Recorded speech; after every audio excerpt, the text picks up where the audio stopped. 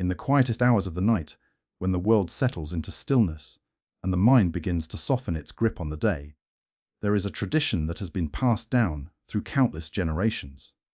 It is the tradition of listening to wisdom while the body prepares for rest, of allowing ancient truths to work their gentle magic as consciousness drifts towards sleep. Before we begin our journey together tonight, know that there is nothing you need to do, nothing you need to accomplish, nowhere you need to arrive.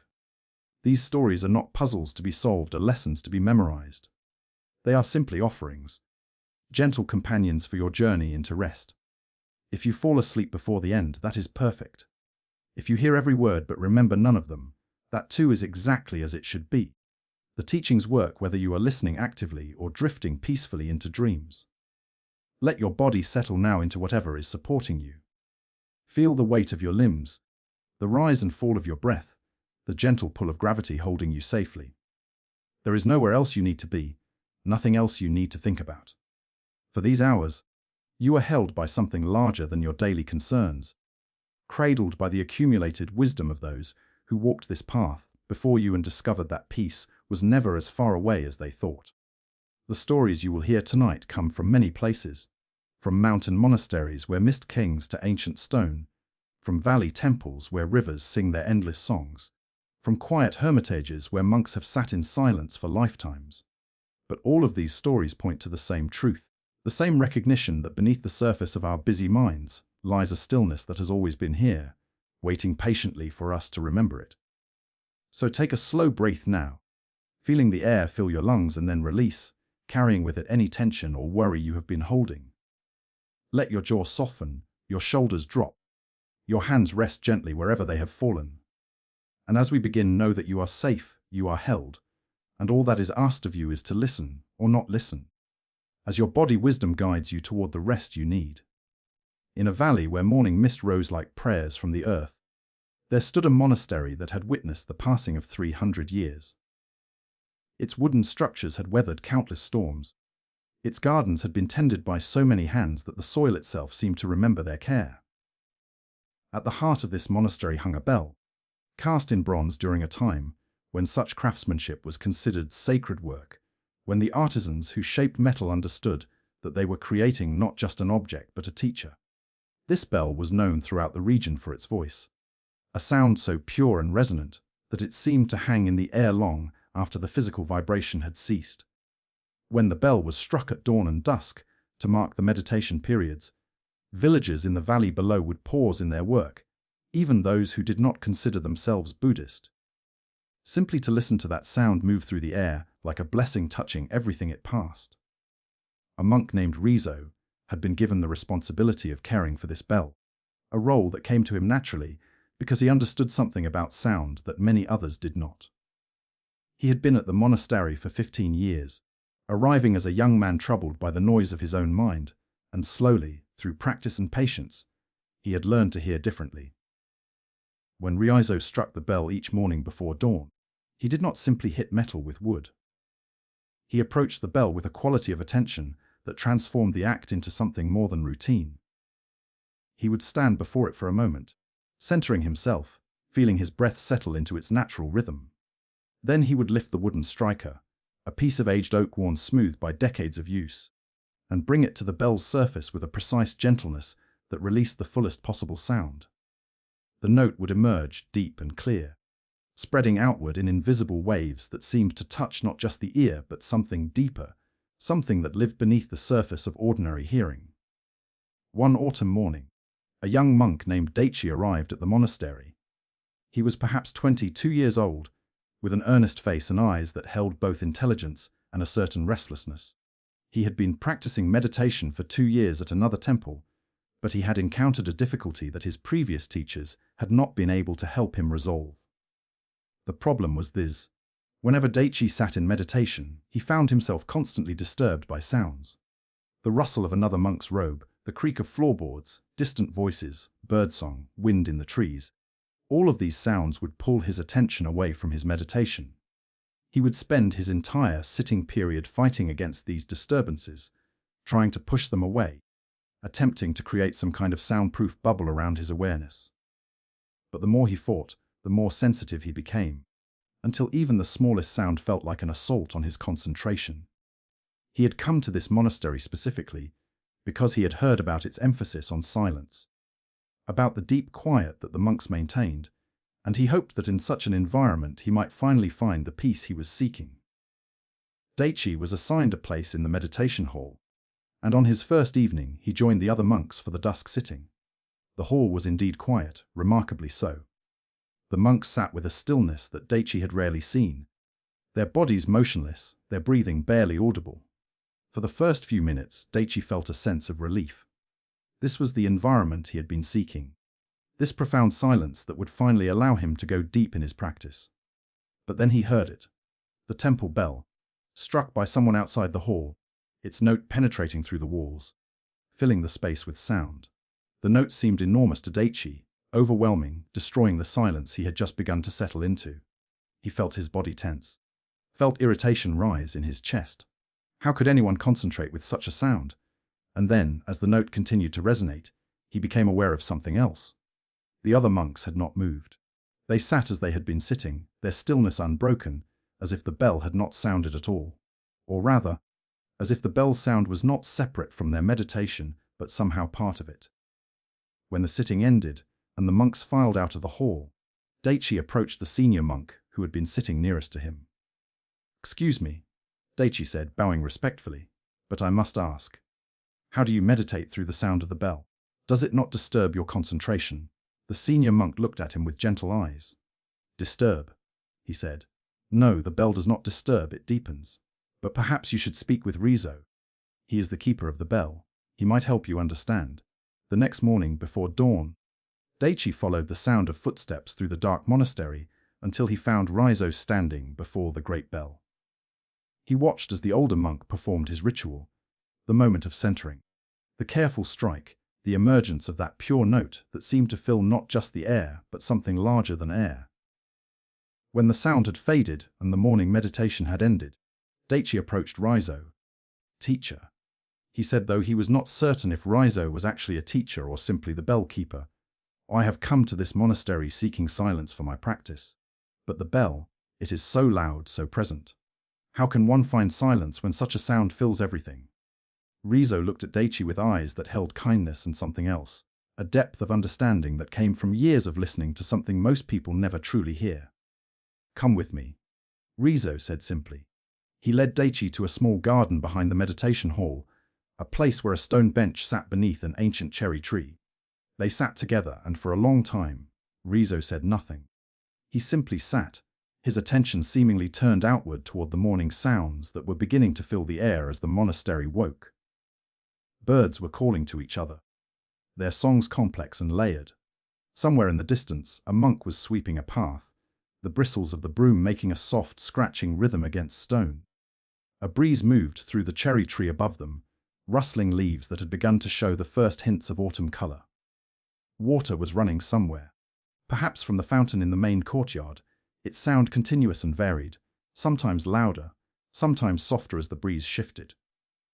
After perhaps 10 minutes of this shared listening, Rizo spoke. "What do you hear?" he asked. Daichi, who had been growing increasingly uncomfortable with all these sounds pulling at his attention, replied with some frustration. "I hear many things. Birds, wind, water, that broom. So many sounds it is difficult to focus on any one thing." "Yes," Rizo said, "many sounds. And what is between the sounds?" Daichi considered this. "Silence," he offered uncertainly. "Listen more carefully," Rizo said gently. "Is there actually silence between the sounds? Or is there always something, always a texture of sound, even in what we call quiet?" Daichi listened again, this time with more attention. Rizo was right. There was no pure silence. Even in the spaces between the obvious sounds, there were subtler sounds, the ambient hum of the world, distant sounds too faint to identify, the sound of his own breathing, his own heartbeat pulsing in his ears. "I see," Daichi said slowly. "There is no true silence. There is always sound. And yet," Rizo said, "we speak of silence as if it were a real thing. We seek it. We believe that if we could just eliminate all sound, we would find peace. But sound is the nature of the world. Life makes sound. Breath makes sound. Even stillness has its sounds. So if we are waiting for all sound to stop before we can find peace, we will wait forever." He stood and pointed for Daichi to follow. They walked back to where the great bell hung. In the growing morning light, Daichi could see it more clearly now, the bronze surface marked with intricate patterns, the metal dark with age and weathering. This bell, Rizo said, has been teaching here longer than any of the monks. It has been teaching the same lesson to everyone who truly listens. Watch carefully. He lifted the wooden striker and brought it to the bell with that same precise gentleness Daichi had witnessed earlier. The note emerged, deep and full, and Rizo held up his hand, signaling Daichi to listen with complete attention. The sound seemed to unfold in layers. First, there was the initial impact, the bright attack of the note. Then came the fundamental tone, steady and rich. But within that tone, if Daichi listened carefully, he could hear other things. Overtones, subtle harmonics that danced above the main note.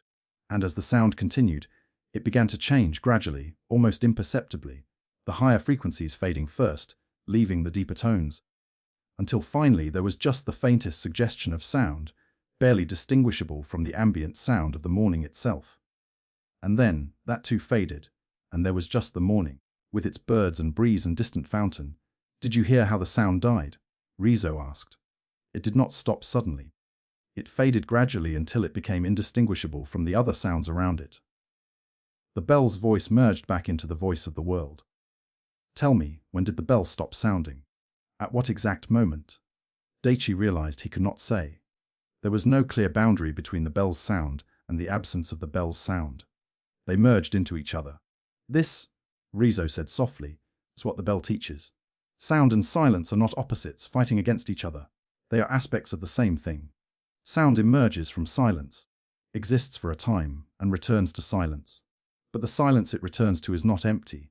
It is full of potential for the next sound, and the sound is not separate from silence. Within every sound, if you listen deeply enough, there is silence, a space, a stillness that holds the sound. He placed his hand on Daichi's shoulder. You have been treating sound as an enemy, something that disturbs your meditation, something you must fight against or block out. But sound is not your enemy. It is simply sound, arising and passing according to conditions. No different than thoughts arise and pass in the mind. When you fight against sound, you create two problems: the sound itself and your resistance to it. The resistance is what truly disturbs you, not the sound. They sat on the steps near the bell, and Rizo continued his teaching. When I strike the bell each morning, I am not creating a disturbance. I am revealing what is always here.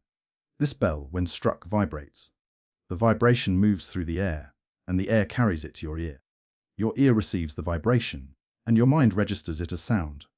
But all of this, the bell, the air, your ear, your mind, this is all one continuous movement. There is no separation except what your thinking creates. Over the following weeks, Rizo taught Daichi a different way of meditating with sound. Instead of trying to block sound out or concentrate so hard that he could ignore it, Daichi learned to open to sound, to let it come and go without resistance.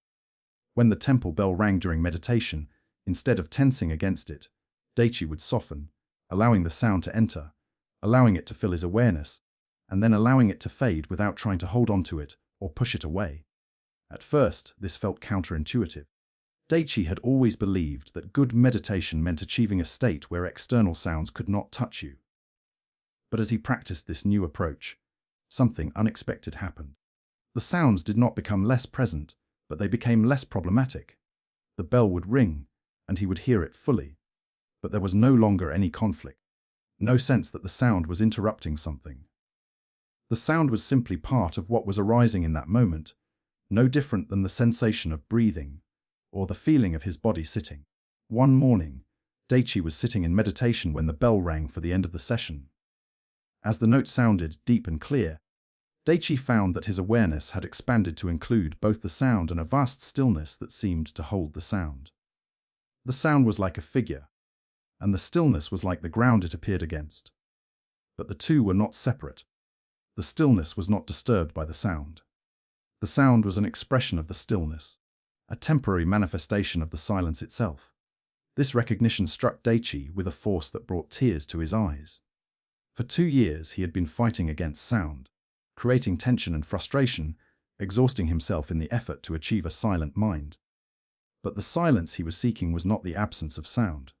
It was something deeper, a quality of awareness that could be present with sound or without sound, a stillness that existed even in the midst of noise. When the meditation ended, Daichi went to find Rizo. The older monk was in the garden, raking leaves into careful patterns on the gravel path. "Teacher," Daichi said, and this time he meant the word fully, recognizing that Rizo had indeed been teaching him something profound. "I think I understand now. The bell does not break the silence, it reveals it. The sound and the silence are not two separate things. They are one movement, one reality. And the peace I was seeking was never about achieving a state where no sound could reach me. It was about discovering the stillness that can hold all sounds without being disturbed by them." Rizo smiled and continued his raking, the sound of the rake on gravel adding its voice to the morning. "Yes," he said simply. "The bell has taught you well. Now you understand why we say that silence is not the absence of sound. Silence is the spaciousness that holds all sound. It is what allows sound to exist. Without silence, there could be no sound. And without sound, we could never recognize silence." He paused in his work and looked at Daichi directly. "Your meditation practice is no longer about achieving a special state where external conditions are perfect. It is about recognizing what is always here, regardless of conditions. The stillness you discovered this morning is not something you created. It was always present. You simply stopped fighting long enough to notice it." This teaching about sound and silence points to something fundamental in Zen Buddhism: the recognition that what we call opposites are often not opposing forces, but complementary aspects of a larger whole. We spend so much energy trying to eliminate what we think disturbs us, trying to control our environment so that we can finally have the peace we seek. But the bell teaches us that peace is not dependent on conditions. The deep stillness that Daichi discovered in his meditation was not created by the absence of sound. It was present with the sound, holding the sound, allowing the sound to arise and pass without disturbance. In our own practice, we often make the same mistake Daichi made. We think that if we could just remove certain conditions, certain noises, certain people, certain thoughts, then we could finally meditate properly, finally find peace. But this approach keeps peace always just out of reach, because there will always be something, always some sound or thought or sensation that our mind can label as a disturbance. The teaching of the bell is that we do not need to eliminate disturbances. We need to recognize the space that holds disturbances without being disturbed by them. That space is our own awareness, vast and still, capable of including everything without being overwhelmed by anything. When Rizo strikes the bell each morning, he is not just marking time or calling monks to meditation. He is offering a teaching about the nature of reality itself, about how sound emerges from silence and returns to silence, about how the two are not separate but part of one continuous movement. And he is reminding everyone who hears that the stillness they seek is not somewhere else, not in some perfect environment where nothing ever disturbs the quiet.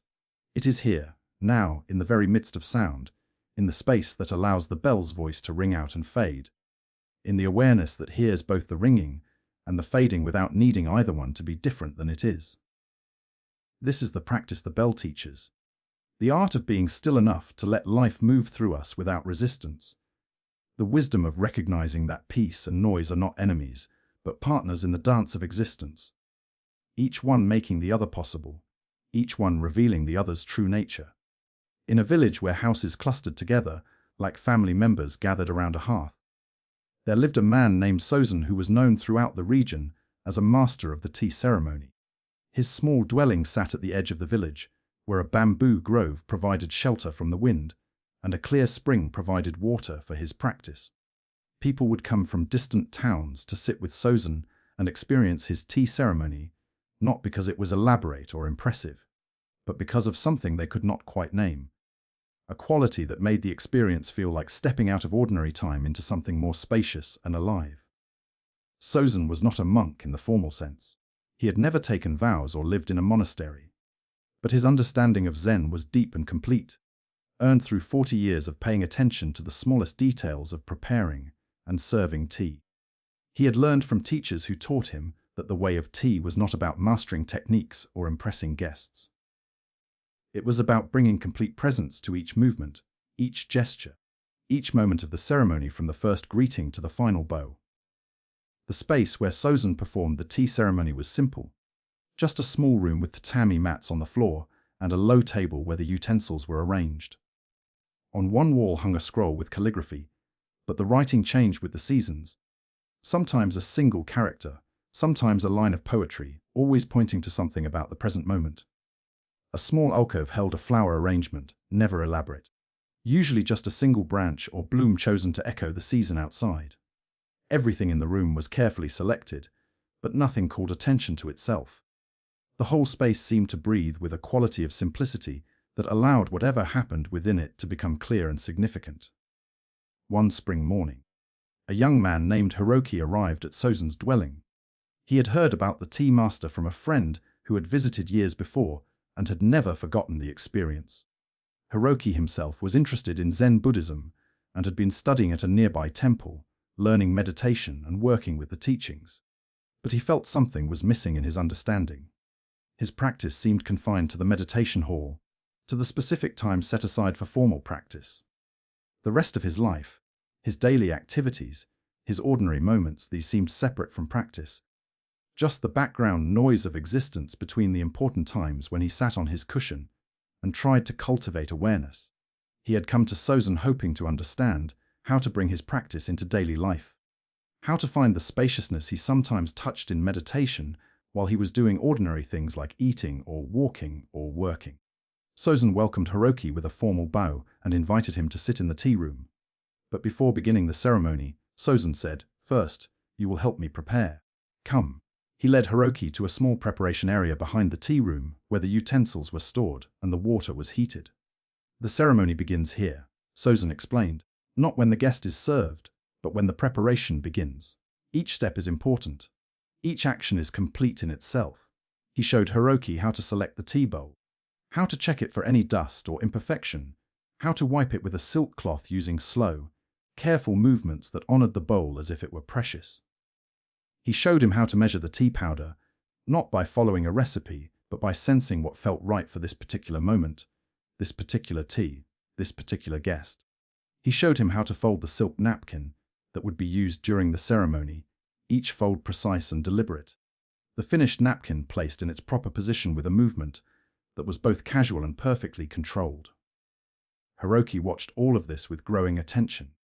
He had expected to learn about meditation or philosophy, but instead he was learning about cloth and tea bowls, and the precise angle at which to place a bamboo scoop. Yet something about the way Sozan moved, the quality of attention he brought to each small action, made Hiroki understand that he was indeed being taught about meditation, about presence, about bringing complete awareness to each moment regardless of how ordinary the activity might seem. "Now," Sozan said, "you will prepare tea for me. Do exactly as I have shown you." Hiroki felt a wave of nervousness. He wanted to do it correctly, to impress this master with how well he could follow instructions. He picked up the tea bowl, wiping it with the silk cloth, but his movements were quick and efficient, trying to get through the preparatory steps, so he could reach the important part of actually making the tea. He measured the tea powder, but he was already thinking ahead to the next step, his mind racing forward instead of staying with what his hands were doing. He folded the napkin, but he barely looked at it, his attention scattered across everything he needed to remember. When he had completed the preparation and was ready to make the tea, Sozan held up his hand. "Stop," he said gently. "Begin again, and this time do not rush toward the finish. Stay with each step as if that step were the only thing in existence." Hiroki took a slow breath and started over. This time, when he picked up the tea bowl, Sozan said quietly, "Feel the weight of it. Notice the texture of the ceramic against your fingers. See the glaze, how it catches the light. This bowl was made by someone who gave complete attention to creating it. Honor that attention with your own." Hiroki slowed down, actually feeling the bowl instead of just handling it. He wiped it with the silk cloth, and Sozan said, "Notice the sensation of the silk moving across the ceramic. Hear the soft sound it makes. Each stroke of the cloth is complete. There is nowhere to get to. You are already here. Step by step." Sozan guided Hiroki through the preparation, not by criticizing what he was doing wrong, but by continuously pointing his attention back to the present moment, back to the direct experience of each action. When Hiroki measured the tea powder, Sozan reminded him to notice the color of it, the fine texture, the subtle smell that rose as he disturbed it with the scoop.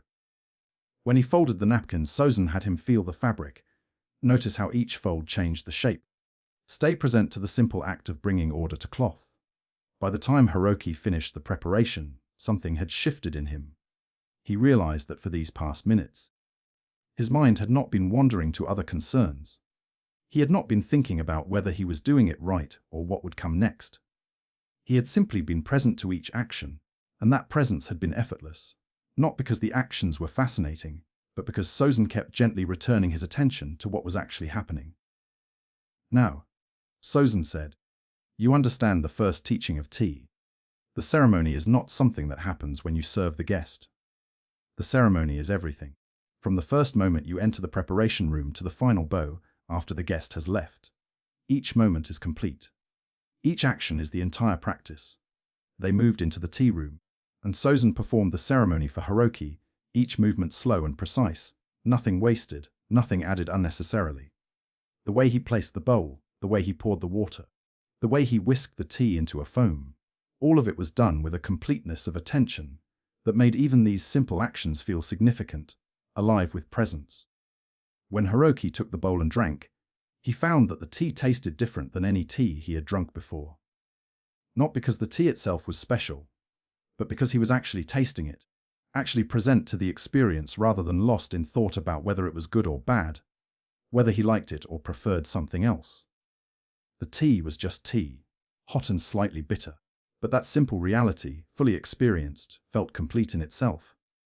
After the ceremony ended and they had cleaned the utensils together, Hiroki sat with Sozen in the quiet of the tea room. Teacher, he said, for he now understood that Sozen had indeed been teaching him something profound. I came here wondering how to bring meditation into daily life. I thought I needed to learn some technique, some special way of being mindful while doing ordinary things. But you have shown me that there is no separation. The tea ceremony is meditation. The preparation is meditation. Everything is meditation when we bring complete attention to it. Sozen nodded. Yes. The mistake is thinking that meditation is a special state we enter when we sit on a cushion, and the rest of life is something else, something less important. But consciousness is always here. Awareness is always present. The question is only whether we are paying attention to our experience or lost in thoughts about our experience. He stood and walked to where the flower arrangement sat in its alcove. It was a single iris, purple and delicate, placed in a simple bamboo vase with a few green leaves. Look at this flower, Sozen said. I placed it here this morning. It took perhaps 3 minutes to arrange. I could have done it quickly, just stuck the flower in the vase and moved on. But instead, I took time to really see the flower, to notice how it wanted to be positioned, to find the angle where its nature was most clearly expressed. Those 3 minutes were as important as any formal meditation. They were meditation. He returned to sit facing Hiroki. In the monastery, you have formal practice times. Sitting meditation, walking meditation, chanting, these are valuable. They help us develop the capacity for sustained attention. But if our awareness only comes alive during formal practice, and then goes to sleep the rest of the time, we have missed the point. The formal practice is training for this. He gestured around at the room, at the ordinary space with its simple objects, for bringing that quality of presence to each moment of life, no matter how ordinary. Hiroki felt something releasing in his chest, a tightness he had been carrying without realizing it. He had been dividing his life into important times and unimportant times, practice times and non-practice times. But Sozen was showing him that this division was artificial, that every moment had the same potential for presence, the same opportunity for awakening to what was actually here. So, Hiroki said slowly, when I eat, that can be practice if I actually taste the food instead of thinking about other things while I eat. When I walk, that can be practice if I feel my feet touching the ground instead of being lost in plans and memories. When I wash dishes or sweep floors or any ordinary activity, that can be practice if I bring my full attention to it. Yes, Sozen said. But do not make it complicated. Do not add some extra layer of trying to be mindful while you do things. That becomes exhausting. Simply do what you are doing. When you wash a dish, just wash the dish. Feel the water, the texture of the plate, the movement of your hands. When you sweep, just sweep. Hear the sound of the broom. Feel the rhythm of the movement. See what the sweeping accomplishes. This is not adding mindfulness on top of activity. This is simply being present to the activity itself, without the constant commentary of thought. Over the following months, Hiroki returned regularly to study with Sozin. Each time, they would perform the tea ceremony together, and each time, Hiroki would discover new subtleties in the practice. He learned that presence was not a single thing, but had many qualities. Sometimes it was sharp and focused, every detail crystal clear. Sometimes it was soft and diffuse, aware of the whole atmosphere rather than individual elements. Sometimes it was effortless, consciousness simply resting in direct experience. Sometimes it required gentle effort, bringing attention back when it wandered away. But through all these variations, the core remained the same, being with what is actually happening rather than lost in thought about what is happening. One day, Sozin invited Hiroki to perform the entire ceremony by himself, to serve tea to Sozin as if Sozin were the guest. Hiroki felt nervous about this, worried he would make mistakes, that his ceremony would not match the grace and presence that Sozin brought to it. But he remembered Sozin's teaching about staying with each moment rather than racing towards some imagined completion, and he began. As he moved through the familiar steps of preparation, Hiroki noticed something. The nervousness was still present, but it was not overwhelming him. He could feel it, the slight tension in his belly, the tendency of his breath to be shallow. But he did not have to become it. He could continue with his actions while the nervousness simply arose and passed like weather moving through. He prepared the bowl, measured the tea, heated the water, whisked the powder into foam, each action complete in itself, each moment full regardless of what came next.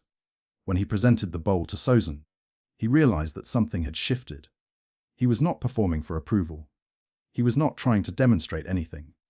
He was simply offering tea, sharing this moment with another person, allowing the ceremony to unfold through him without adding anything extra to it.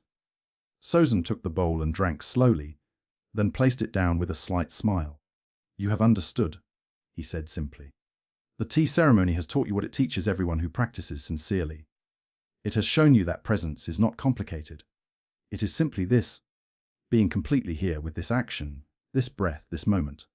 Not adding, not subtracting, just being with what is." They cleaned the utensils together in comfortable silence, and as they worked, Hiroki realized that this simple act of cleaning was no different than the ceremony itself. The washing, the drying, the careful placement of each tool back in its proper location, all of it was practice. All of it was an opportunity to be present. All of it was complete in itself. "Teacher," Hiroki said as they finished, "I feel like I have been sleepwalking through my life, thinking about my life but not actually being present to it. The tea ceremony has woken me up, not to something special or extraordinary, but to the ordinary reality of each moment. And that ordinary reality, when I am actually present to it, is enough. It is complete. I do not need it to be different." Sozin bowed to him, acknowledging that the student had grasped the teaching. "Now you understand why I say that the way of tea is not separate from the way of Zen. They are the same way. The path of paying attention, of being present, of honoring each moment by actually experiencing it. Take this understanding back to your monastery, back to your daily life. Let every action be a tea ceremony. Let every moment be an opportunity for complete presence. This is the practice. This is the path. Not someplace else, not some other time. Here. Now. Always here. Always now." This teaching about the tea ceremony speaks to something we often miss in our approach to spiritual practice. We think that practice happens during designated times, when we sit on our meditation cushion or attend a retreat or engage in some formal ritual. The rest of life, all the ordinary moments of eating and walking and working, these seem like just the filler between the important times. But Sozin shows us that this division is false. Every moment is an opportunity for presence. Every action can be performed with the same quality of attention that we bring to formal meditation. The tea ceremony is a perfect model for this, because it takes an ordinary activity, making and drinking tea, and elevates it through the quality of attention brought to each step. Nothing magical is happening.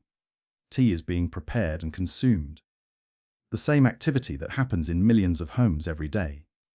But when complete presence is brought to it, when each movement is honored as complete in itself, when attention stays with the direct experience rather than wandering off into thought, the ordinary becomes extraordinary, not because it changes into something else, but because it is finally being fully experienced.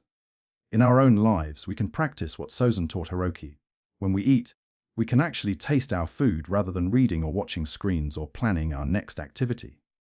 When we walk, we can feel our feet touching the ground rather than being completely lost in thought.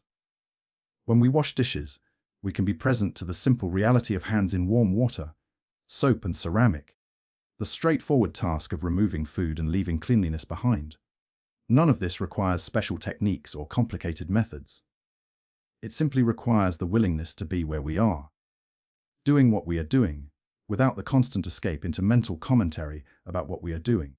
The tea ceremony teaches us that sacredness is not a quality that belongs to some activities and not others. Sacredness emerges when we bring our full presence to whatever we are engaged in. A bowl of tea becomes sacred when it is prepared with complete attention. But so does a bowl of rice. So does the sweeping of a floor. So does the folding of a towel. The activity itself is not what makes it sacred. Our presence is what transforms the ordinary into something complete, something worthy of the life we have been given. This one precious life that is happening now, in this breath, in this moment, asking only that we show up fully to meet it. On the slopes where mountains rose steep and green, there was a grove of bamboo so ancient that no one could remember when it had first been planted. The stalks grew straight and tall, reaching 30 feet into the air, their leaves rustling with a sound like water running over stones whenever wind moved through them. At the edge of this grove, a small hermitage had been built many years ago, a simple structure of wood and thatch where a Zen teacher named Nariko lived. She had chosen this location deliberately, drawn by something about the bamboo that spoke to her understanding of practice. She was perhaps 60 years old, her hair grey, and her face weathered by years of living close to the elements. But her eyes held a clarity that seemed ageless. Villagers from below would sometimes climb the mountain path to visit her, seeking guidance or simply wanting to sit in the peace that seemed to emanate from both Nariko and the bamboo grove itself. There was something about being among these tall stalks with their gentle movement and rustling sound that made people's minds quiet without effort, as if the grove itself was teaching something that needed no words. One summer evening, a young woman named Awaken arrived at the hermitage just as the sun was beginning to set. She had traveled for 2 days to reach this place, motivated by a crisis she had been experiencing. Awaken had always prided herself on being strong, independent, able to handle whatever life brought her way.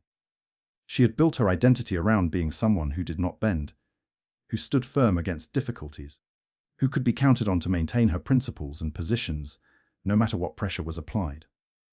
But recently, life had tested this stance in ways that were breaking her. Her mother had fallen ill, requiring Awaken to leave her work and move back home to provide care. Her romantic relationship had ended because her partner could not accept how rigid she had become in her opinions and expectations. Friends had distanced themselves because she could not compromise or adapt when plans needed to change. Awaken felt like she was holding herself together through pure willpower, like a dam holding back water. But the cracks were starting to show, and she was terrified that if she let go even slightly, everything would collapse. She found Nariko sitting outside the hermitage, looking out at the bamboo grove in the fading light. The teacher welcomed her with a gesture to sit beside her on the wooden platform that served as a porch. "Tell me what brings you here," Nariko said gently. Awaken poured out her story, describing how she felt like she was breaking under the pressure of trying to remain strong, trying to hold firm against all the changes and difficulties that life kept presenting. "I do not know how to be flexible," she said, her voice tight with emotion. "I have always been someone who stands her ground. But now that stance is isolating me, pushing people away, making everything harder. Yet I am afraid that if I become more flexible, more willing to bend, I will just be weak. I will have no center, no principles. I will be pushed around by every wind."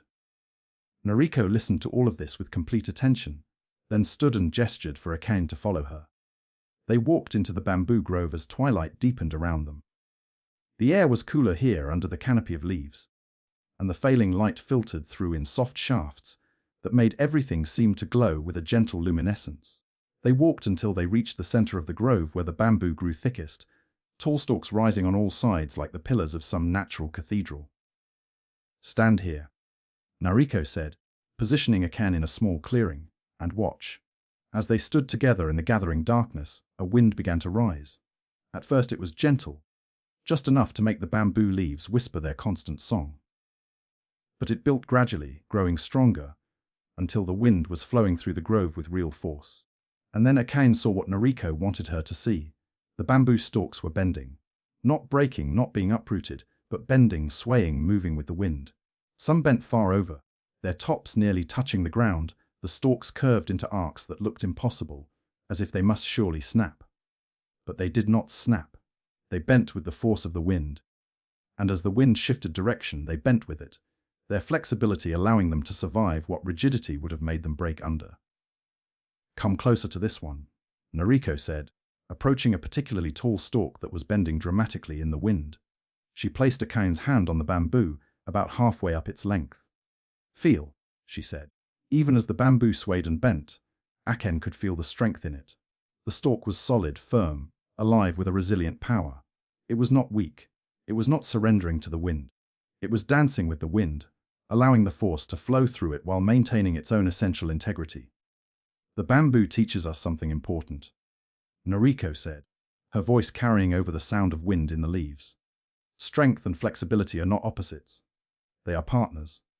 The bamboo is strong, its roots deep, its stalk solid. But that strength is expressed through flexibility, through the willingness to bend without breaking. If the bamboo were rigid, if it tried to resist the wind by standing absolutely firm, it would snap. But because it bends, because it flows with the force instead of fighting against it, it survives storms that would destroy a more rigid tree." They stood together in the wind, watching the grove move around them like a green ocean swaying in waves. The sound was immense, thousands of leaves rustling, stalks creaking as they bent and released. The whole grove breathing with the rhythm of the wind. "You have built your identity around being strong and unmovable," Noriko continued. "You think that if you bend, if you adapt, if you flow with circumstances instead of resisting them, you will lose something essential. But look at the bamboo. When the wind stops, what does it do? As if on cue, the wind began to lessen, and gradually the bamboo stalks returned to their upright position. They did not remain bent. They came back to center, standing tall once again, as if the wind had never blown at all. The bamboo bends, but it does not stay bent," Noriko said. "When the force passes, it returns to its true nature. This is flexibility with integrity. This is strength that knows how to yield without surrendering itself." They walked back toward the hermitage as night completed its arrival, the bamboo grove now a dark presence around them, still audible in its rustling but no longer visible. Inside, Noriko lit a small lamp and they sat together, drinking tea that she prepared with simple efficiency. "In your life," Noriko said after a time, "you are facing winds. Your mother's illness is a wind. The ending of your relationship is a wind. The changes demanded of you are winds. And you have been trying to stand absolutely rigid against these winds, thinking that this is strength, that this is integrity. But the winds are breaking you because you will not bend." Akane felt tears beginning to form. "But if I bend, if I let go of my positions and principles, who am I? What do I stand for?" "The bamboo knows who it is," Noriko said gently. "When it bends, it does not stop being bamboo. It does not become something else. Its flexibility is an expression of its nature, not a betrayal of it. In the same way, when you allow yourself to adapt to circumstances, when you flow with changes instead of resisting them, you are not losing yourself. You are expressing a different aspect of strength, the strength that knows how to survive, how to maintain what is essential while releasing what is not." She paused to pour more tea. "Tell me, what are you really protecting when you refuse to bend? What is at the core of your rigidity?" Akane thought about this carefully. "I suppose I am afraid that if I am not firm in my positions, if I do not maintain my standards and expectations, I will be taken advantage of. People will not respect me. I will become someone who just goes along with whatever others want." "So you believe that flexibility equals weakness?" Noriko said. "That adapting means surrendering. But is that what you saw in the bamboo? Was it weak? Was it surrendering?" "No," Akane admitted. "It was strong. It was adapting to the circumstances while maintaining its essential nature." "Yes. And this is what I am inviting you to consider. What if there is a way to be both strong and flexible? What if you could maintain your core principles, your essential values, while being more adaptable in how those principles are expressed in different situations? What if you could honor what is important to you while also honoring the reality of changing circumstances?" Over the days that followed, Akane stayed at the hermitage, and each day Nariko would take her into the bamboo grove and show her different aspects of its teaching. She showed Akane how the bamboo's strength came from its root system, deep and interconnected, each stalk connected to the others underground. Your true strength, Nariko explained, comes from your roots, from your deepest values and understanding. These do not change with circumstances. These remain constant. But the way you express these values, the way you stand in the world, this can be flexible. This can adapt to what each situation requires. She showed Akane how the bamboo grew in sections, each section complete in itself, with nodes that gave it both flexibility and structure. You need both, Nariko said. Structure without flexibility is brittle. Flexibility without structure is weak. But when you have both, when you have a clear sense of who you are combined with the willingness to adapt how you express that, you become like bamboo, strong and flexible, rooted and responsive. One morning, as they sat in the grove during a meditation period, a strong wind came up suddenly. Akane watched the bamboo bend and sway, and for the first time, she felt herself consciously relax into the movement rather than tensing against it. She noticed how her body wanted to be rigid, how her instinct was to tighten and resist. But she allowed herself to soften, to bend like the bamboo, and in that softening, she felt not weakness but a different kind of strength, a strength that came from yielding rather than resisting. After the meditation, Akane spoke to Nariko about what she had experienced. I see now that my rigidity has been a form of fear. I have been afraid that if I was not absolutely firm, I would lose myself, I would become nothing. But watching the bamboo and feeling myself soften, I realized that there is something in me that cannot be lost, something that remains constant even when I adapt and change. It is not about holding my position at all costs. It is about staying connected to what is truly essential while being willing to flow with what life presents. Nariko smiled. Yes. And now you can begin to apply this understanding. When you return to your life, to your mother's care and the other challenges you face, you do not need to abandon your values or your sense of self. But you can hold them more lightly, express them more flexibly. You can be like bamboo, rooted in what is essential, but flexible in how you move through the changing circumstances. Akane stayed for one more week, sitting each day in the bamboo grove, learning its teaching through direct observation and felt experience. She noticed how the bamboo was never completely still. Even on days when no strong wind blew, there was always movement, always a gentle swaying in response to subtle currents of air. This is important, Nariko pointed out. The bamboo does not wait for a storm to learn flexibility. It practices constantly, moving with every breeze, staying loose and responsive. In the same way, you do not wait for a crisis to practice flexibility. You practice it in small ways every day, adapting to minor changes, going with the flow of small disappointments or surprises. Then when the big storms come, flexibility is already your nature. When it was time for Akane to leave and return to her life in the valley, she bowed deeply to Nariko and to the bamboo grove itself. Thank you, she said. I came here feeling like I was about to break.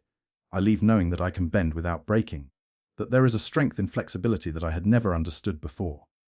Nariko walked with her to the path that led down the mountain. Remember the bamboo, she said. When winds come, and they will come, allow yourself to bend. Feel the wind, acknowledge its force, but do not resist it. Flow with it while staying rooted in what is essential. And when the wind passes, return to your center, standing tall once again, ready for the next breeze, the next challenge, the next opportunity to be both strong and flexible. This teaching about the bamboo speaks to something many of us struggle with, the false belief that strength requires rigidity, that being principled means never adapting, that integrity demands we maintain the same position regardless of changing circumstances. But the bamboo shows us a different understanding. True strength includes flexibility, the ability to adapt, to flow with circumstances while maintaining our essential nature. This is not weakness but wisdom. In Zen Buddhism, there is an understanding that attachment to fixed positions creates suffering. When we believe there is only one right way to be, only one correct response to every situation, we make ourselves brittle. Life will inevitably present circumstances that do not match our rigid expectations, and if we cannot bend, we will break. But when we recognize that our essential values can be expressed in many different ways, that adapting to circumstances does not mean betraying ourselves, we become like bamboo, able to survive storms that would destroy a more rigid stance. The bamboo's roots remain constant, deep and strong, providing stability and nourishment. These roots are like our core values, our deepest understanding of what matters. These do not change with every wind, but the stalk bends, moves, responds to the forces acting upon it. This is like how we move through life, maintaining our core while adapting our expression to meet each unique situation. Akain's journey from rigidity to flexibility is one many of us need to make. We build identities around being strong, being principled, being consistent. And there is value in these qualities. But when they become rigid, when we cannot adapt to changing circumstances, when we cannot accommodate the needs of others or the reality of situations we cannot control, our strength becomes our prison. The wisdom is to find the balance the bamboo demonstrates, rooted and responsive, principled and practical, strong enough to stand and flexible enough to bend. This is the teaching of the bamboo grove, offering itself to anyone willing to sit among the stalks and listen, willing to watch how life itself shows us the way to be both steady and yielding, both certain and accommodating, both who we are and open to what each moment asks of us. In the high country where autumn arrived early and painted the mountains in colors of fire, there was a monastery that had been standing for so long that the surrounding forest had grown up around it, making the buildings seem like natural extensions of the landscape. Large trees with thick trunks and spreading branches provided shade in summer and shelter in winter, their roots intertwining with the monastery walls as if buildings and forest had become one organism. The monks who lived here had long ago learned to live in harmony with the changing seasons, understanding that each season brought its own gifts and its own demands, its own kind of beauty and its own teachings. A monk named Taizé had been given responsibility for maintaining the monastery grounds, a role he had held for 20 years. Part of his work was clearing the paths of fallen leaves in autumn, a task that began in September and continued through November as the trees gradually released their foliage. There was something Taizé loved about this work: the rhythm of the rake moving across gravel, the accumulation of leaves in multicolored piles, the way the cleared path looked clean and clear before the next day's work began again. One autumn morning, a young monk named Issei was assigned to help Taizé with the raking. Issei had recently joined the monastery, bringing with him an eagerness to learn, but also a certain heaviness that the older monks had noticed. He carried something, some weight that showed in his eyes and the set of his shoulders. When Taizé gave him a rake and showed him which paths needed clearing, Issei began working with determination, attacking the leaves as if they were enemies to be defeated. After watching for a few minutes, Taizé stopped his own work and approached the young monk. "Why are you fighting with the leaves?" he asked gently. Issei looked up, surprised. "I'm just raking them," he said. "I want to do a good job, to clear the paths properly." "But notice how you are holding the rake," Taizé said. "Your grip is tight, your movements are aggressive. You are trying to force the leaves to go where you want them to go. But leaves are light, easily moved. They do not require force." He demonstrated, holding the rake loosely, moving it with a flowing motion that gathered leaves without effort, without struggle. "Let the rake do the work. You are just guiding it." Issei tried to copy the older monk's technique, but after a few minutes, he was back to his old pattern: tight grip, forceful movements. Taizé watched this and then set down his own rake. "Come with me," he said. "I want to show you something." He led Issei to a place where a massive oak tree stood, its branches spread wide, its leaves in the full glory of autumn color, reds and oranges and yellows all mixed together. The ground beneath the tree was already thick with fallen leaves, and even as they stood there, more leaves were releasing from the branches, floating down in a slow, graceful descent. "Watch the leaves," Taizé said. "Notice how they fall." They stood in silence, observing, each leaf released from its branch in its own time, not pulled off by force, but simply letting go when the moment came. The leaf would separate from the twig that had held it, and then it would fall, but not straight down. Each leaf danced as it fell, spinning and drifting, catching currents of air, sometimes rising slightly before continuing its descent, tracing a unique path through the air before finally coming to rest on the ground. "How long did that oak tree hold those leaves?" Taizé asked. "Since spring," Issei replied. 6 months or more." "Yes." Through spring and summer, the tree and the leaves were one. The leaves grew, caught sunlight, made food for the tree through photosynthesis. They were essential, necessary. But now autumn has come and the tree is releasing them. Not because they failed or because they are no longer valuable, but because the season has changed. The tree is preparing for winter, drawing its energy inward, and so the leaves must go. He bent down and picked up a fallen leaf, holding it up so Issy could see it clearly. Look at this leaf. It is beautiful, its color rich, its veins still visible. But it is done, its work is complete.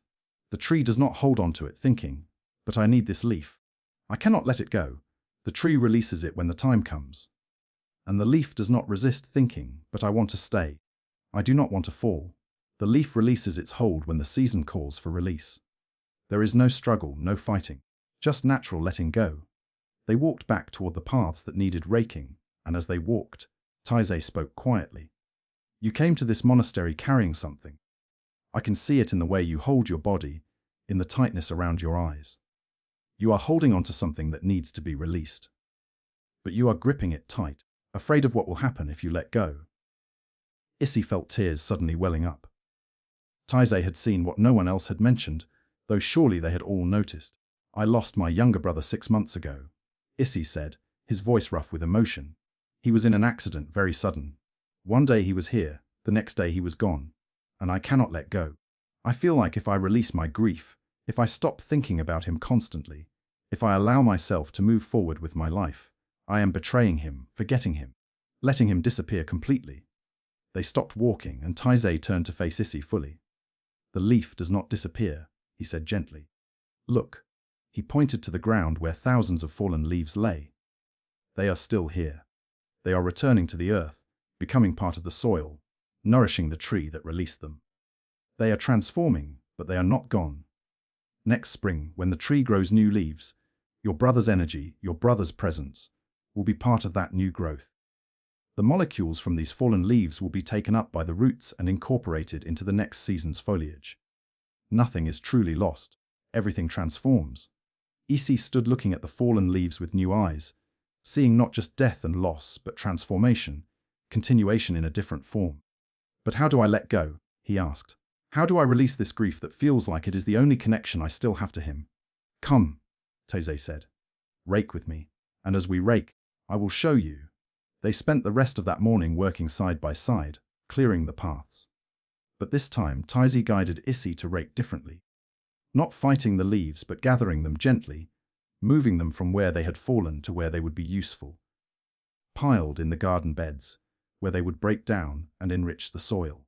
As they worked, Taizé spoke about the nature of attachment and release. When we love someone, we form a bond with them. This is natural and beautiful. The tree and its leaves are bonded, working together, part of one system. But all things change, seasons turn. Life moves forward. And when the time comes for release, the healthy response is to let go, not with coldness or indifference, but with acceptance of the natural order. The tree does not stop being a tree when it releases its leaves. You do not stop loving your brother when you release your grip on grief. Hour after hour they raked, and as they raked, Issy began to feel something shifting. The repetitive motion, the rhythm of the rake moving through leaves, the gentle accumulation of piles. All of it was somehow working on the place inside him that had been clenched tight for 6 months. Your brother's time on this earth was complete, Taizé said at one point. Like these leaves, he grew, he lived, he served his purpose. His death was not a failure or a mistake. It was simply the natural completion of his particular leaf's time on the tree. And now he is transforming, becoming part of something else. Something we cannot see from here, but which is as real as the composting leaves beneath our feet. By late afternoon they had cleared several paths, and large piles of leaves sat waiting to be spread in the gardens. They stood together, leaning on their rakes, looking at what they had accomplished. Tomorrow, Taizé said, new leaves will fall, and we will rake again. This is the practice, not fighting against the falling, not wishing the leaves would stay on the tree, but working with what is, gathering what has fallen, using it to nourish new growth. And all the while we practice letting go, allowing the seasons to turn, accepting that everything has its time, and then it's time to release. That evening, Issy sat in meditation with a different quality of attention than he had brought to his practice before. Instead of trying to push his grief away or distract himself from it, he allowed himself to feel it fully, to notice where it lived in his body, to observe how it was actually not one solid thing, but a collection of sensations and thoughts and memories all swirling together. And as he sat with this swirling, he found that he could begin to let it move, to let pieces of it release like leaves falling from a tree. He was not forcing anything, not trying to make the grief go away, but simply allowing what was ready to fall, trusting that what remained would also fall when its time came. Over the weeks that followed, Issei continued to work with Taizai in the autumn raking. And each day, as they cleared paths and gathered leaves, Issei practiced the teaching that the falling leaves offered. He noticed that some days he could let go easily, releasing more of his grip on grief, allowing memories of his brother to transform from painful reminders of loss into warm recollections of shared life. Other days he gripped tight again, the pain fresh and raw. But even on those days, he could see that he was like the tree in transition, not yet ready to release all its leaves, but moving toward that release, preparing for it, allowing the natural process to unfold at its own pace. One morning in late November, Issei arrived for the raking work and found that the oak tree was nearly bare. Just a few last leaves clung to the highest branches, and even as he watched, one of them let go, spinning down through the cold air to join the thick carpet of leaves already on the ground. He stood looking at the bare branches, and instead of feeling sadness at their nakedness, he felt something else. The tree looked clean, essential, beautiful in a new way. Its structure was visible now, the elegant branching pattern that had been hidden by foliage. There was a grace to its bare form, a kind of strength and clarity that summer's fullness had obscured. "You see it," Taizai said, appearing beside him. "The tree has not lost something. It has revealed something. This is its winter form, just as essential and complete as its summer form. Your grief is transforming. You are revealing your winter form, the shape of yourself after loss, after releasing. You are not less. You are different, changed, but still whole." Issei bowed to his teacher, understanding now that the autumn work with falling leaves had been teaching him all along how to let go, how to allow grief to transform, how to trust the natural process of release and renewal. "Will new leaves grow?" he asked, though he knew the answer. "Will there be spring?" "Always," Taizai said. "Winter comes, and the tree rests, gathers strength, prepares in the darkness and cold. And then spring arrives and new growth emerges. Not the same leaves, but new leaves, carrying forward the essential life of the tree. In the same way, your life will continue. New experiences, new relationships, new joys will emerge. Not replacing your brother, but continuing your life, honoring his memory by living fully, by not remaining frozen in grief's autumn." They picked up their rakes and began the day's work, and as Issei gathered leaves, he felt lighter than he had felt in months. The leaves were teaching him their wisdom, showing him that letting go was not betrayal, but natural completion. That releasing was not forgetting but transformation, that grief could soften and change without dishonoring what had been lost. This is the practice the autumn leaves offer to all who watch them fall, the gentle teaching about letting go when the season calls for it, about trusting the cycle of growth and release, about understanding that nothing is truly lost but only transformed, returning to the earth to nourish new life, continuing in forms we cannot predict but can trust as part of the great turning of existence. This teaching about falling leaves addresses one of the most difficult challenges we face: the need to let go of what we love, to release what we have held dear, to accept loss and change as part of life's natural movement. We resist this with everything we have, clinging to people and circumstances and periods of our lives as if we could stop time, as if we could prevent the seasons from turning. But the autumn leaves teach us differently. They show us that releasing is natural, that letting go does not mean forgetting or betraying, that allowing transformation is how life continues. The tree does not diminish itself by releasing its leaves. It is preparing for winter, for rest, for the eventual return of spring. In the same way, when we release our grip on what has passed, when we allow grief to soften, when we let go of circumstances that have changed, we are not losing ourselves. We are allowing ourselves to continue, to transform, to participate in the natural cycle rather than fighting against it. Issei's journey through autumn, learning from the falling leaves and from Taizai's patient teaching, is one we all must make in various ways throughout our lives. Loss comes to everyone. Change is constant. The people and circumstances we build our lives around will eventually change or leave or end. And each time this happens, We must learn again the lesson the leaves teach, that holding on when it is time to let go only creates suffering, that release is not defeat but wisdom, that what falls returns to nourish new growth, that nothing is ever truly lost but only changes form, continuing in ways we cannot always see but can learn to trust. As these hours deepen and the night settles more completely around you, allow yourself to rest like a tree preparing for winter, drawing your energy inward, releasing what needs to be released, trusting that rest and renewal are part of the natural cycle. The stories have been pointing you toward a kind of peace that does not depend on circumstances being perfect, that does not require you to fix everything before you can rest. It is a peace that comes from recognizing what is always here beneath the surface, a stillness that holds all movement, an awareness that witnesses all change without being changed by it. Let your breath be slow and natural, like wind moving through bamboo, like sound fading after a bell has rung, like leaves falling when their time has come. Let your body settle more completely into rest, trusting that it knows how to sleep, how to restore itself, how to prepare for tomorrow without your conscious help. And let these teachings work on you in the dark places below thought, in the soil of your being where transformation happens slowly and naturally, where nothing is forced but everything gradually finds its proper place. Sleep well, releasing into the night with the same trust a leaf releases from a branch, allowing the natural process to carry you where you need to go, held by something larger than worry or planning, cradled by the same intelligence that guides autumn into winter and winter into spring again. In the mountains where snow fell silently through the long winter months, there was a hermitage so simple that it seemed almost invisible against the white landscape. The building was small, just large enough for one person to live and practice, with thick stone walls and a steep roof designed to shed the heavy snow that accumulated during the coldest months. A monk named Kaito had lived in this hermitage for 8 years, arriving as a man of 40 who felt he had exhausted the teachings available in the larger monasteries. He sought something different, something that would meet him in a way that study and practice in community had not. He had found this place through persistence, having heard rumors of a hermitage high in the mountains where a previous monk had lived for decades in solitude. When Kaito finally located it after days of searching, he found it abandoned but still sound, its structure solid even after years of neglect.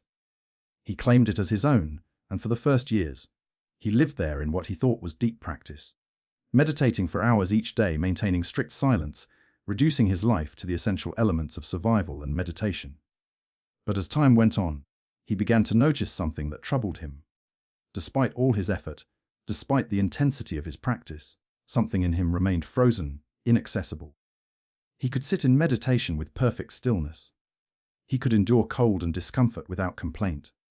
He could maintain awareness through long hours of practice. But there was a quality of warmth, of genuine openness, that eluded him. He felt encased in something, protected perhaps, but also isolated, unable to truly connect with his own depths or with the world around him. It was as if his practice had become a fortress rather than an opening, a way of keeping experience at a distance rather than meeting it fully. One winter morning, Kaito woke to find that the small stream near his hermitage, which usually ran throughout the winter fed by a spring higher up the mountain, had frozen solid. This was unusual. The spring water was typically warm enough to keep the stream flowing even in the coldest weather, but something had changed. The stream had become a ribbon of ice, its water locked in place, its constant song silenced. Kaito stood looking at this frozen stream and saw in it a reflection of his own condition. He had frozen himself, locked his emotions and spontaneity and warmth into a rigid structure that he called discipline or practice, but which was actually fear, fear of being hurt, fear of connecting, fear of the vulnerability that genuine openness required. That day, instead of his usual meditation schedule, Kaito found himself sitting beside the frozen stream, studying it. The ice was thick, perhaps 6 inches in places, and beneath it, he could see the darker shapes of stones and the suspended forms of leaves that had fallen into the water before it froze. Everything was held in place, beautiful in its way, but lifeless, lacking the movement and flow that had characterized the stream in its liquid state. As he sat there, he noticed something. Where the sun touched the ice directly, tiny beads of water were forming on the surface. The warmth of the sun, even in the middle of winter, was enough to begin melting the ice, Not dramatically, not quickly, but slowly, molecule by molecule, the frozen was returning to liquid. This observation stayed with Kaito as he returned to his hermitage and prepared his simple meal. The ice had not melted through force. No one had struck it with a hammer or poured hot water on it. It was melting because the sun's warmth was patient and constant, touching the surface hour after hour, day after day, trusting that over time the frozen would thaw. Could he bring that same patient warmth to his own frozen places? Could he stop trying to break through his barriers with force and instead allow a gentler process of melting? Over the following weeks, Kaito changed his practice.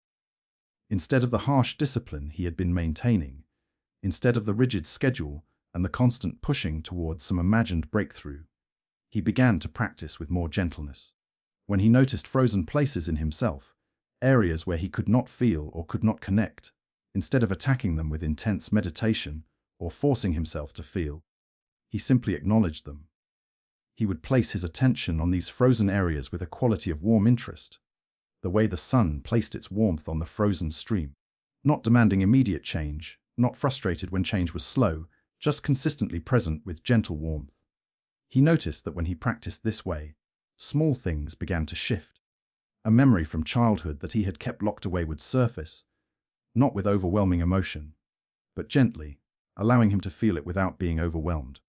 A sense of tenderness toward himself would arise, something he had not felt in years, having replaced self-compassion with harsh self-discipline. A moment of genuine connection with the birds that came to feed near his hermitage would occur, breaking through the wall of separation he had built between himself and the world. As winter slowly gave way toward spring, Kaito watched the frozen stream begin its transformation. It did not happen all at once. The edges melted first, where the ice was thinnest and the sun's warmth most direct. Then gradually, day by day, the melted area expanded. The surface would melt, then refreeze at night when temperatures dropped. But each day the melting progressed a bit further until finally, on a day in late March when the sun had real strength and the air held the first promise of warmth, the ice gave way completely. The water began to flow again, tentative at first, then more strongly, and within hours, the stream had returned to its natural state, singing over stones, moving freely, alive once more. Kaito sat beside this newly flowing stream and felt tears on his face. The first tears he had cried in more years than he could remember. The frozen places in himself were beginning to thaw. The warmth he had been bringing to his practice. The patience and gentleness he had learned from watching the sun work on ice. This was allowing transformation at a pace that was natural rather than forced, gradual rather than violent. He understood now that his years of harsh practice had been creating more ice, more barriers, because he had been approaching himself with cold discipline rather than warm attention. He had been treating himself like an enemy to be conquered, rather than a frozen landscape that needed patient warming. One morning, as he sat in meditation with this new approach, Kaito felt something give way inside, not with drama but with quiet release, like the moment when ice finally lets go and becomes water again. A memory rose in him that he had kept frozen for decades, a memory of loss from his childhood that had shaped his entire approach to life. His younger sister had died when he was 10 years old, and he had decided, in the way children decide such things without conscious awareness, that if he never allowed himself to fully feel anything, he could never be hurt that deeply again. He had spent 35 years building and maintaining that decision, creating layers of ice around his heart, protecting himself from vulnerability, from connection, from anything that might threaten to break through and make him feel the depths he was terrified of feeling. But the ice was melting now. The decision was loosening its hold, and as the memory of his sister's death rose in him, fully present for the first time in decades, Kaito found that he could feel it without being destroyed by it. The grief was there, real and deep, but he was larger than the grief, capable of holding it without being overwhelmed. The warmth of his attention, the gentle, patient work of these past months, had prepared him to meet what he had been running from for so long.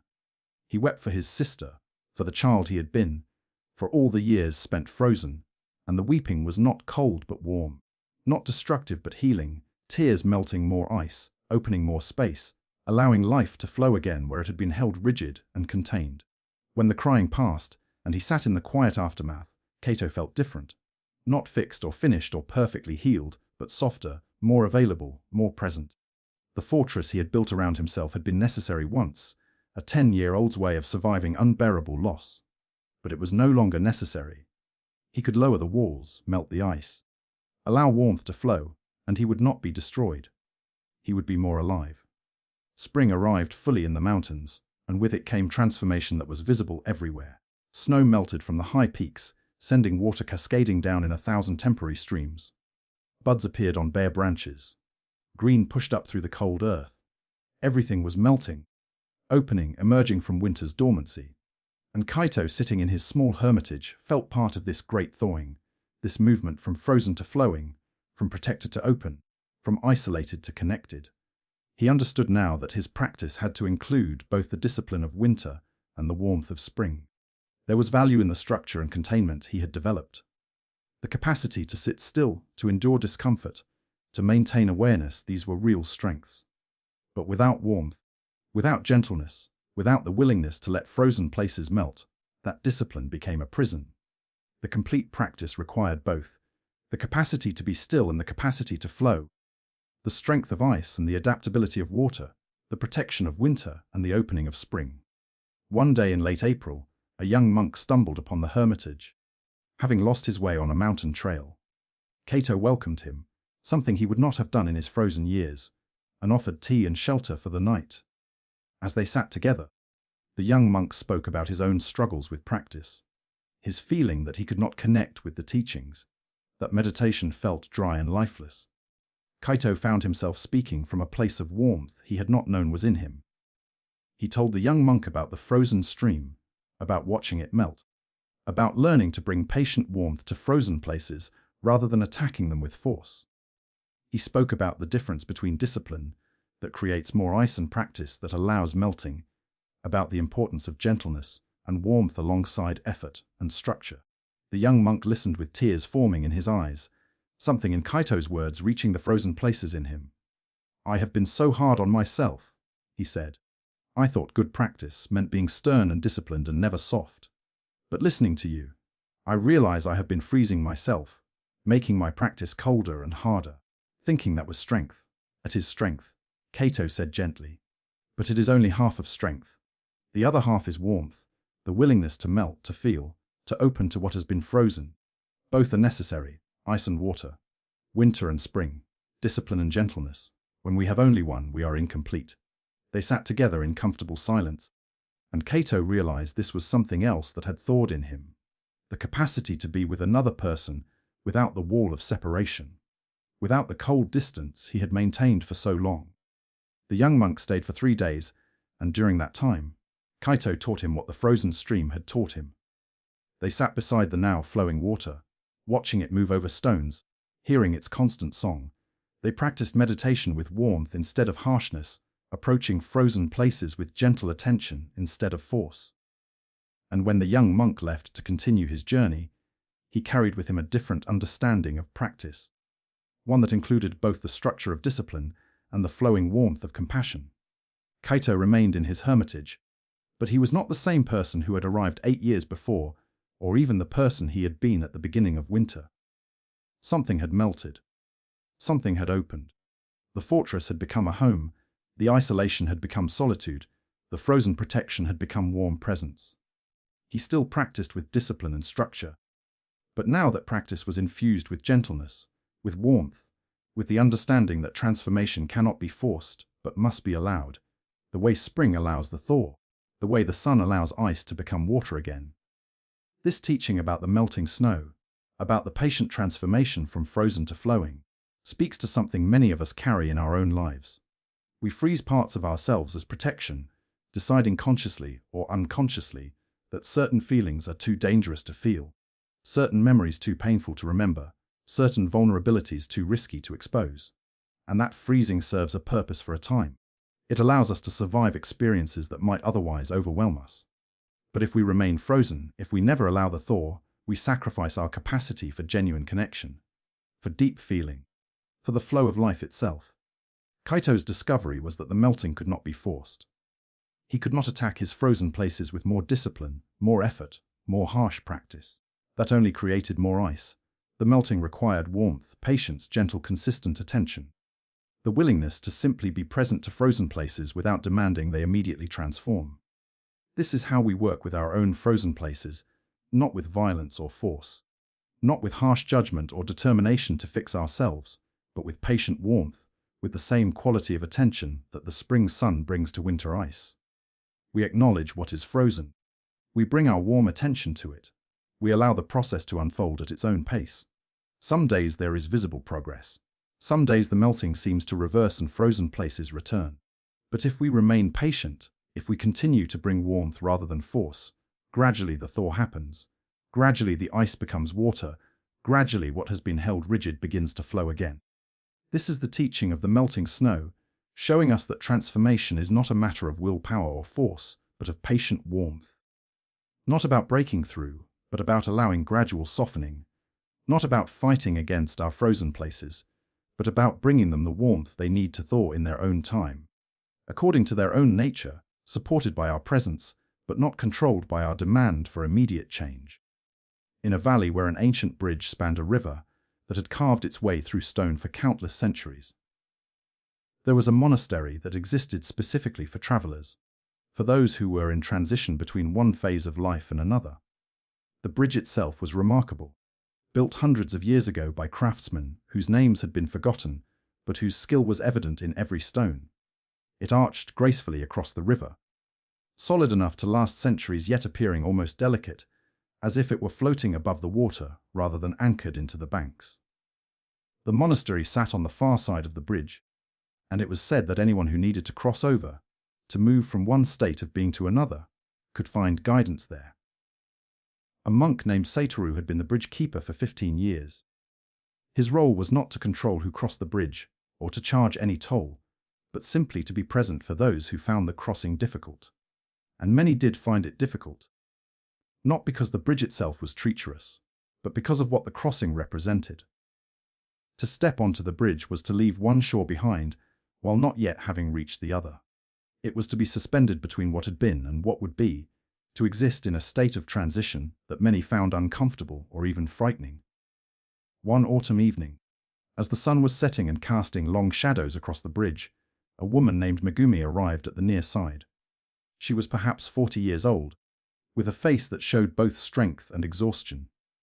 She stood at the bridge's entrance for a long time, looking across to the far side where the monastery waited, but she did not step onto the bridge. Satoru, who had been sitting in meditation near the monastery gate, rose and walked back across the bridge toward her. "Good evening," he said, bowing slightly. "Are you planning to cross?" Megumi looked at him with eyes that held both determination and fear. "I need to cross," she said. "My life on this side is ending. My marriage has dissolved. My children have grown and left. My work no longer satisfies me. Everything that defined me for 20 years is gone or going. I know I need to cross to the other side, to whatever comes next. But I am afraid." "Afraid of what?" Satoru asked gently. "Afraid of the crossing itself, or afraid of what is on the other side?" "Both," Megumi admitted. "While I am on this shore, I still have my old life, or at least the memory of it, the identity of it. Once I step onto the bridge, I am neither here nor there. I do not know who I am when I am not the person I have been for so long. And the other side, I cannot see what is there. I do not know what I am crossing toward." Satoru nodded with understanding. "This is what makes the bridge difficult for many people. Come, walk with me partway, and I will show you something." They stepped onto the bridge together, and immediately Megumi felt a sensation of vertigo, not physical but psychological, a sense of disorientation that came from being neither on one shore nor the other. Below them, the river flowed constantly, its water reflecting the evening sky in shades of orange and pink and darkening blue. "Look down at the river," Satoru said. "What do you see?" Megumi looked. "I see water flowing, moving constantly from upstream to downstream. Is it the same water that flows past us now as flowed past a moment ago?" "No," Megumi said. "The water is constantly changing, constantly different. The river looks the same, but the water itself is never the same water twice." "Yes," Satoru said. "And yet we give it a name, this river. We call it one thing, as if it were a single permanent entity. But actually, a river is nothing but constant change, water flowing from somewhere to somewhere else, never the same, always in transition. The river is the bridge's teaching. It shows us that transition is not an exception to life. Transition is what life is. They walked slowly to the middle of the bridge, the highest point, where the arch peaked above the river. Here, both shores seemed distant. They were suspended in space, held by the ancient stones beneath their feet, with nothing but air and possibility around them. Here, Satoru said, the midpoint, you are as far from your old life as from your new life. You cannot go back without crossing the same distance that would take you forward. You are in the place of maximum uncertainty, maximum transition. How does it feel? Megumi stood in the center of the bridge and allowed herself to fully experience what she was feeling. Terror, yes, but also something else. A kind of freedom. A sense that in this place of not knowing, she was released from the need to be who she had been and had not yet been captured by whoever she would become. It feels frightening, she said honestly, but also strangely freeing. Like I am myself stripped of all the roles and identities, just awareness standing on a bridge, not defined by either shore. Satoru smiled. This is the gift of transition. It frightens us because we lose the certainty of who we think we are. But it also frees us because we discover that beneath all our roles and identities, there is something that does not need those things to exist. There is awareness itself, presence itself, being itself. This remains constant even when everything else changes. They stood together in silence as the sunset deepened, the sky darkening through shades of purple toward night. Stars were beginning to appear, first one, then several, then too many to count. The whole vault of the sky revealing itself as darkness allowed the light from distant suns to become visible. Your old life is ending, Satoru said after a time. This is true. The roles you played, the identity you carried, these are falling away like leaves in autumn. You cannot hold on to them. The season has changed. But you are not ending. Something in you is crossing this bridge, moving from one phase to another. And that something is more fundamental than any role or identity. It is the awareness that has been present through your entire life, from childhood through marriage and motherhood and work, and which will remain present through whatever comes next. Megumi felt something relaxing in her chest, a tightness she had been carrying for months beginning to release. But I do not know what comes next, she said. I do not know who I will be on the other shore. No one knows, Satoru said simply. The future is not visible from here. We cannot see what is waiting on the far shore until we get there. But not knowing is not the same as there being nothing. The far shore exists. Your future exists. It is simply not yet visible from where you stand now. He pointed toward the monastery, barely visible now in the gathering darkness, just a few lit windows showing where the building stood. The monastery is there even though you cannot see it clearly. In the same way, your future is there even though you cannot see it clearly. The practice is to trust the bridge, to trust that the stones beneath your feet are solid even though you are suspended over water. To trust that movement forward will eventually bring you to the far shore, even though you cannot see it yet. They walked slowly to the far side of the bridge, and with each step, Megumi felt herself becoming more accustomed to the sensation of being in transition. It did not stop being uncomfortable. The uncertainty did not resolve into certainty. But she found she could walk with it, could move forward while not knowing, could be suspended between shores without needing to immediately resolve the suspension. When they reached the far side, Satoru invited her to stay at the monastery for as long as she needed. This is a place for people in transition, he explained. Some stay for a night, some stay for months. There is no hurry. The crossing happens at its own pace. Megumi stayed for 3 weeks, and during that time, Satoru taught her about the nature of transition through both words and direct experience.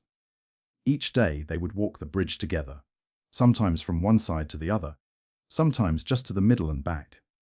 He showed her how to be comfortable with not knowing, how to rest in uncertainty without needing to rush toward resolution. He taught her that transition was not a problem to be solved, but a natural phase to be inhabited, like winter or summer, each with its own challenges and gifts. One morning, as they walked the bridge under an overcast sky that threatened rain, Megumi said, I am beginning to understand. I kept trying to get across quickly, to rush through this transition and arrive at the new life on the other side, as if the bridge itself were just an unfortunate gap between two solid places. But the bridge is not a gap. It is its own place with its own validity. Being in transition is not being nowhere. It is being in transition, which is a real state, a real experience. Yes, Satoru said. And if you rush through, trying to get to the other side as fast as possible. You miss what the transition offers. You miss the opportunity to discover who you are apart from your roles. You miss the chance to be free of both past and future, resting in the present moment of crossing. The bridge is not punishment. It is an opportunity. By the end of her third week, Megumi noticed that something had changed. She no longer felt panicked by not knowing what her new life would look like. She had become comfortable with being in transition, with walking the bridge at her own pace, with allowing the future to reveal itself gradually rather than demanding to see it all at once. "I think I am ready to move forward," she told Satoru one morning.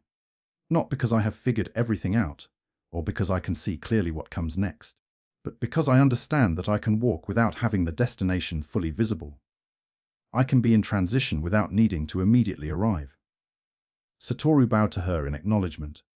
"Then you have learned what the bridge teaches." Some people stand at the near shore forever, afraid to step onto the bridge. Some rush across so quickly they learn nothing from the crossing. But you have walked at the right pace, allowing the transition to teach you, discovering what is available when you inhabit the in-between rather than just trying to escape it. Before Megumi left the monastery to continue her journey, she walked the bridge one more time, alone in the early morning when mist was rising from the river. She stood at the center point, that place of maximum transition, and instead of fear, she felt a kind of peace. She did not know what her life would become. She did not know who she would be in this next chapter. But she knew she could walk forward, trusting that the bridge would hold her, that the far shore would appear in its own time, that the transition itself was not something to be endured, but something to be inhabited fully, with presence and awareness and trust in the process. This teaching about the bridge between shores addresses something we all face repeatedly throughout life: the experience of being in transition, suspended between what has ended and what has not yet begun. These transitions can be external, changes in circumstances, relationships, work, location, or they can be internal, shifts in identity, belief, understanding. But whether external or internal, transitions share a common quality: they require us to be comfortable with not knowing, with being neither here nor there, with walking forward without seeing clearly where we are going. Our discomfort with transition often leads us to rush through it, to try to get to the new stable state as quickly as possible. Or we resist entering the transition at all, clinging to the old shore even when it is clearly time to cross. But the bridge teaches us that transition itself is a valid state, not just a gap between two real places, but a place of its own, with its own lessons and gifts.